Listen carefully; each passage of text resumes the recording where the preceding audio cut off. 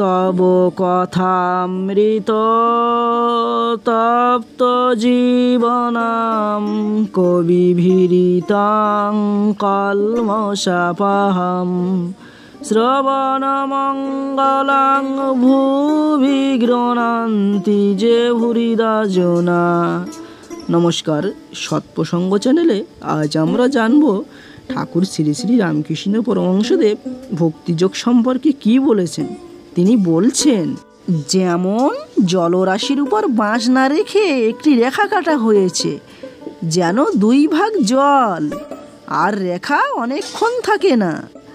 দাস আমি কি, ভক্তের আমি কি, বালকের আমি, এরা যেন আমির রেখা মাত্র। বিজয় নামক ভক্ত ঠাকুরকে বলছেন, মহাশয় আপনি বজ্জাদামি ত্যাগ করতে বলেছেন, দাস আমিতে দোষ নাই।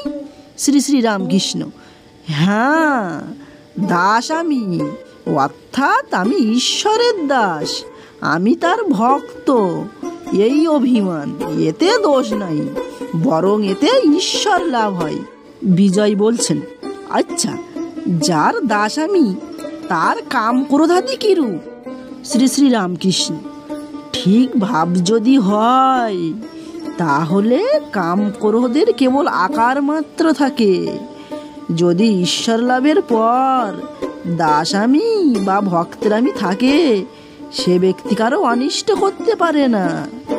পরশমণি ছোঁয়ার পর তরবার সোনা হয়ে যায়, তরবারের আকার থাকে কিন্তু কারো হিংসা করে না।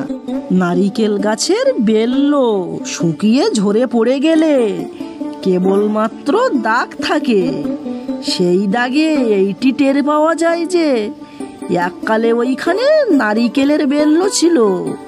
সেই রকম যার ঈশ্বর লাভ হয়েছে তার অহংকারের দাগ মাত্র থাকে, কাম ক্রোধের আকার মাত্র থাকে। বালকের অবস্থা হয়, বালকের যেমন শত রজ তমগুণের মধ্যে কোনো গুণের আঁট নাই। বালকের কোনো জিনিসের উপর টান করতেও যতক্ষণ, তাকে ছাড়তেও ততক্ষণ। একখানা 5 টাকার কাপড় তুমি 8 পয়সার পুতুল দিয়ে ভুলিয়ে নিতে পারো, কিন্তু প্রথমে খুব আঁট করে বলবে, এখন না, আমি দেব না, আমার বাবা কিনে দিয়েছে। বালকের আবার সবাই সমান, ইনি বড় উনি ছোট, এইরূপ বল নাই, তাই জাতি বিচার নাই।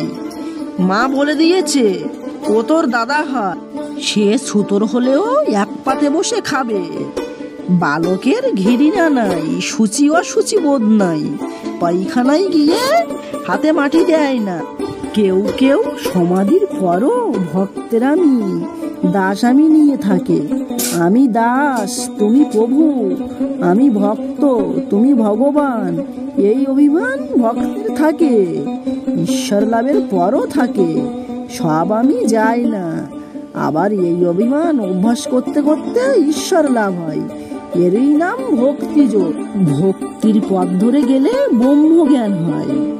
ভগবান সর্বশক্তিমান, মনে করলে ব্রহ্মজ্ঞানও দিতে পারেন।